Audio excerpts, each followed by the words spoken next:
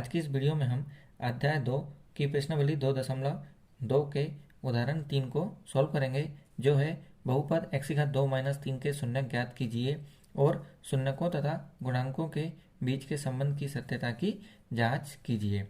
अब इसमें जो हमारा बहुपद है वह है x की घात 2 माइनस 3 और इसी के हमें क्या करना है, शून्यक ज्ञात करने हैं। तो सबसे पहले हम हमारे सवाल के बहुपद x की घात 2 माइनस 3 को लिख लेते हैं।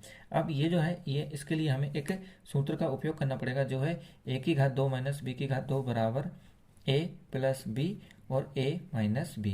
अब हम इसमें देखते हैं कि इसके ऊपर तो हमें 2 घात प्राप्त हो रही है, लेकिन इसके ऊपर हमें घात 2 प्राप्त नहीं हो रही है। तो हम क्या करेंगे कि सबसे पहले तो ये x की घात 2 को वैसा का वैसे लिख लेंगे, फिर ये माइनस के माइनस। अब हम क्या करेंगे कि इस जो हमें 3 प्राप्त है इसे हम करनी के अंदर 3 इस तरह से लिख के इसके ऊपर घात 2 चढ़ा देंगे।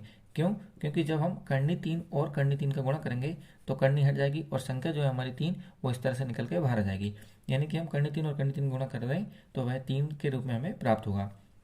तो हमने क्या करा कि x की घात 2 को तो हमने वैसे वैसे ही लिखा रहने दिया, फिर ये माइनस के माइनस और 3 को क्या करा कि करनी 3 के ऊपर घात 2 के रूप में हमने लिख दिया। क्यों? ताकि हम इस सूत्र का उपयोग कर सकें। अब हम हमारे सूत्र को दोबारा लिखते हैं कि a की घात 2 माइनस b की घात 2 बराबर a प्लस b और a माइनस b।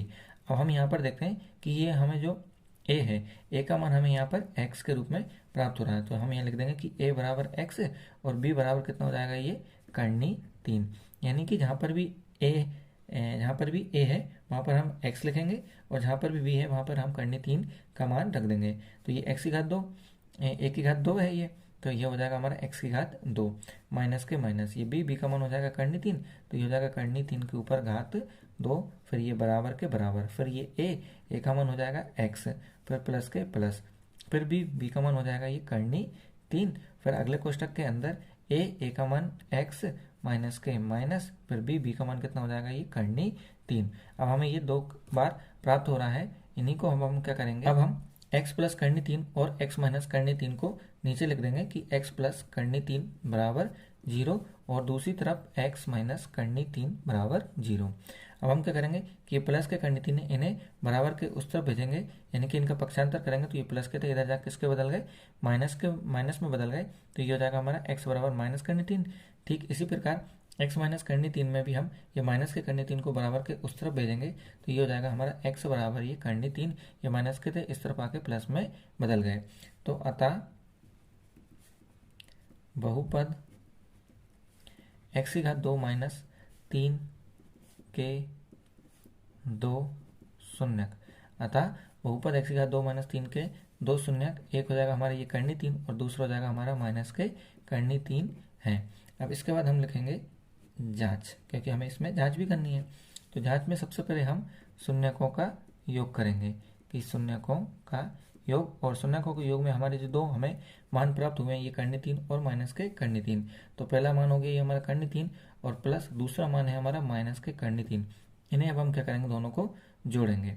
तो जब हम इन्हें जोड़ेंगे तो ये करनी 3 तो हमारे बेसिक वैसे ये प्लस माइनस माइनस, ये माइनस के करनी 3 और करनी 3 में करनी 3 जाएगा तो कितना हो जाएगा, ये 0। अब 0 के नीचे कुछ नहीं है तो कितना हो जाएगा, ये 1।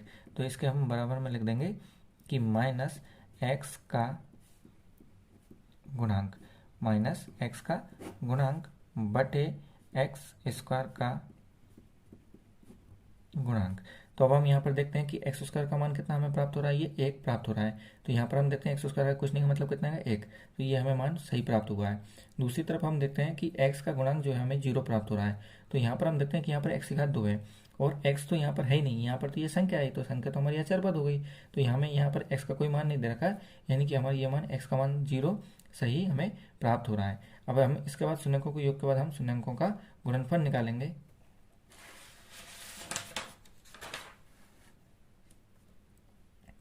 तो अब हम शून्यकों का गुणनफल निकाल रहे हैं, शून्यकों का गुणनफल। अब शून्यकों गुणनफल में हम क्या करेंगे कि हमारे जो 2 मान है, एक करनी 3 और माइनस के करनी 3, इनका आपस में क्या कर देंगे, गुणा कर देंगे। तो ये प्लस माइनस माइनस करनी 3 और करनी 3 गुणा करेंगे तो कितना हो जाएगा, ये 3। अब ये माइनस के 3 हो गए, इसके नीचे कुछ नहीं है कितना मान लेंगे हम, 1, फिर बराबर में ये अचर पद बटे एक्स स्क्वायर का गुणांक। तो ये अचर पद का मान हमें ये -3 के रूप में हमें प्राप्त हो रहा है। तो यहाँ पर हम देखते हैं अचर पद ये -3 के रूप में हमें ये प्राप्त हो गया। और दूसरे मान एक्स स्क्वायर का गुणांक, तो एक्स स्क्वायर का मान हमें कितना प्राप्त हो रहा है, ये 1। तो एक्स स्क्वायर आगे कुछ नहीं का मतलब कितना आएगा, ये 1। तो ये हमारे मान हमें सही प्राप्त हो गए हैं और ये सवाल हमारे यहीं पर समाप्त होता है।